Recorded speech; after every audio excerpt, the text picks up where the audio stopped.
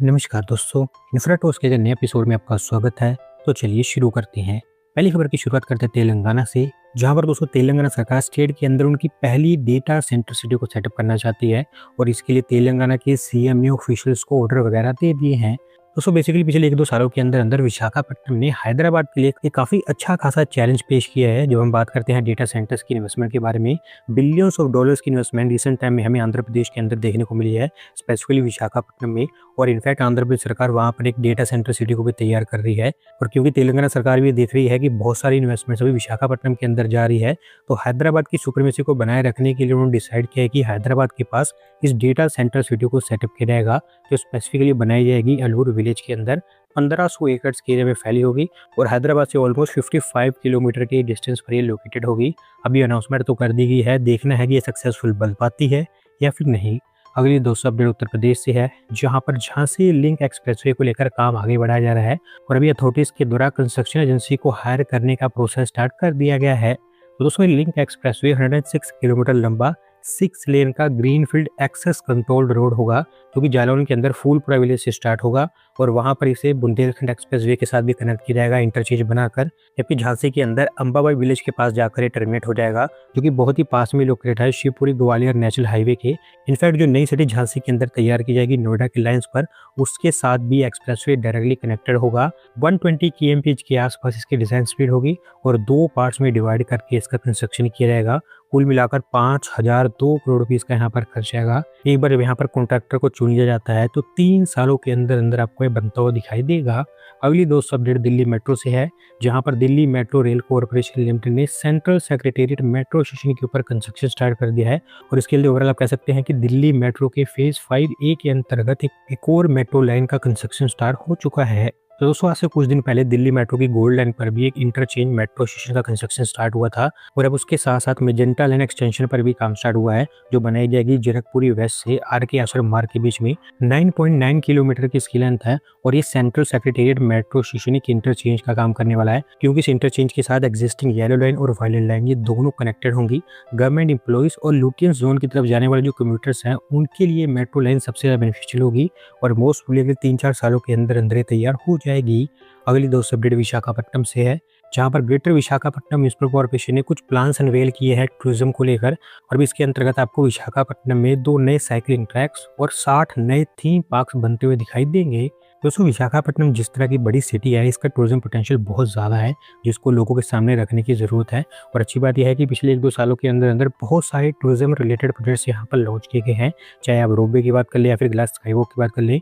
और अब cycling tracks और थीम पार्क्स भी यहाँ पर ऐड किए जाएंगे, जो टूरिज्म को तो कैटर करेंगे, साथ साथ जो लोकल लोग हैं उनकी डिमांड को भी कंप्लीट करेंगे। एक cycling track Arilova skill development centre के पास बनेगा, 5.2 किलोमीटर की इसकी लेंथ होगी और 3 करोड़ रुपीस इसके ऊपर खर्च किए जाएंगे।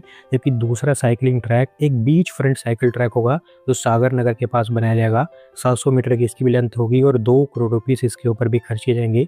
बात करूँ थीम पार्क्स के बारे में, तो हर एक थीम पार्क जो यहाँ पर सेटअप किया जाएगा वो यूनिक कंसेप्ट पर बेस्ड होगा, जैसे कि nature, adventure and fitness. 10.97 crore rupees इसके ऊपर भी खर्च किए जाएंगे।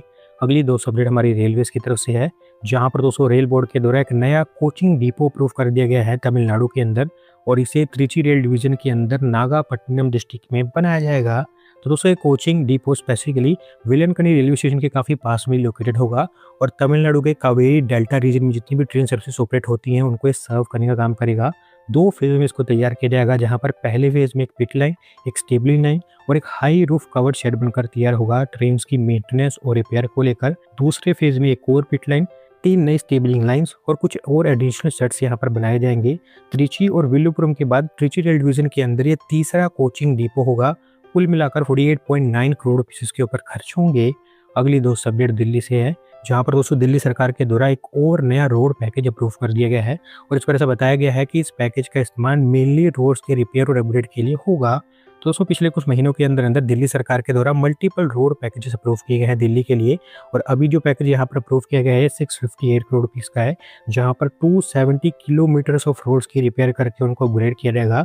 ईस्ट दिल्ली, नॉर्थ दिल्ली और साउथ दिल्ली के रोड्स यहाँ पर कवर होंगे, जहाँ पर ईस्ट दिल्ली में 58.29 किलोमीटर रोड्स के लिए 147.08 करोड़ रुपीस, नॉर्थ दिल्ली में 104.42 किलोमीटर के रोड्स के लिए 247.31 करोड़ रुपीस, साउथ दिल्ली में 107.92 किलोमीटर के रोड्स के लिए 263.61 करोड़ रुपीस खर्च किए जाएंगे और ओवरऑल इसके चलते दिल्ली के कई सारे की कॉरिडोर्स की कंडीशन आपको बेहतर होती हुई दिखाई देगी और अगर सब कुछ प्लान के अकॉर्डिंग जाता है तो अक्टूबर के आसपास ये काम कंप्लीट हो जाएगा। अगली दोस्तों अपडेट मुंबई सबर्बन रेल को लेकर है, जहां पर दोस्तों सेंट्रल रेलवे के द्वारा अनाउंस कर दिया गया है कि मुंबई सबर्बन रेल में 12 और नई एसी लोकल ट्रेन को इंट्रोड्यूस किया जाएगा और ये सारी की सारी आपको सीएसएमटी कल्याण मेन कॉरिडोर पर ऑपरेट होती हुई दिखाई देंगी। दोस्तों मुंबई सबर्बन रेल के अंतर्गत जब से एसी ट्रेन को इंट्रोड्यूस किया गया है तब से इनके नंबर्स लगातार बढ़ते चले गए हैं क्योंकि लोगों के द्वारा इसको अच्छा रिस्पॉन्स दिया गया है। अभी तक ऑलमोस्ट 108 के आसपास एसी लोकल्स यहाँ पर ऑपरेट हो रही हैं और अगर अब इन 12 नई ट्रेन को भी यहाँ पर जोड़ देंगे तो टोटल नंबर 120 पर पहुंच जाएगा। इन नए ट्रेन सेट्स को अकोमोडेट करने के लिए कुछ existing non AC train sets को रिप्लेस किया जाएगा और अभी क्योंकि सेंट्रल रेलवे के पास एक ट्रेन सेट पहले से ही बना पड़ा है जो ऑलमोस्ट पिछले 2 महीनों से ऐसे खाली पड़ा है, उसको सबसे पहले इंट्रोड्यूस किया जाएगा और फिर जैसे जैसे उनको नए ट्रेन सेट्स की डिलीवरी मिलती जाएगी उनको वैसे वैसे यहाँ पर डिप्लॉय किया जाएगा। अगली दोस्तों अपडेट पुडुचेरी से है, जहां पर Jawaharlal Nehru institute of post graduate medical education और रिसर्च यानी कि GIPMER को फाइनली दोबारा से लैंड मिल गई है उनके एक्सपेंशन के लिए, क्योंकि पुडुचेरी सरकार के द्वारा 51 एकड़्स ऑफ लैंड इनको एलोकेट की गई है। तो दोस्तों ये लैंड सिद्धारापेट विलेज के अंदर एलोकेट की गई है और मैं आपको बता दूं कि इससे पहले 2018 में भी इनको लैंड एलोकेट की गई थी। इनफैक्ट कुछ काम भी स्टार्ट हो गया था, लेकिन फिर 2022 के आसपास कुछ एडमिनिस्ट्रेटिव इश्यूज के चलते लैंड वापस ले ली गई थी और तब से यहाँ पर लगातार ये डिमांड की जा रही थी कि लैंड दोबारा से इनको दी जाए। अब फाइनली पुडुचेरी गवर्नमेंट के द्वारा इनको 51 एकड़्स ऑफ लैंड एलोकेट कर दी गई है, जहाँ पर 2 नई फैसिलिटीज बनकर तैयार होंगी।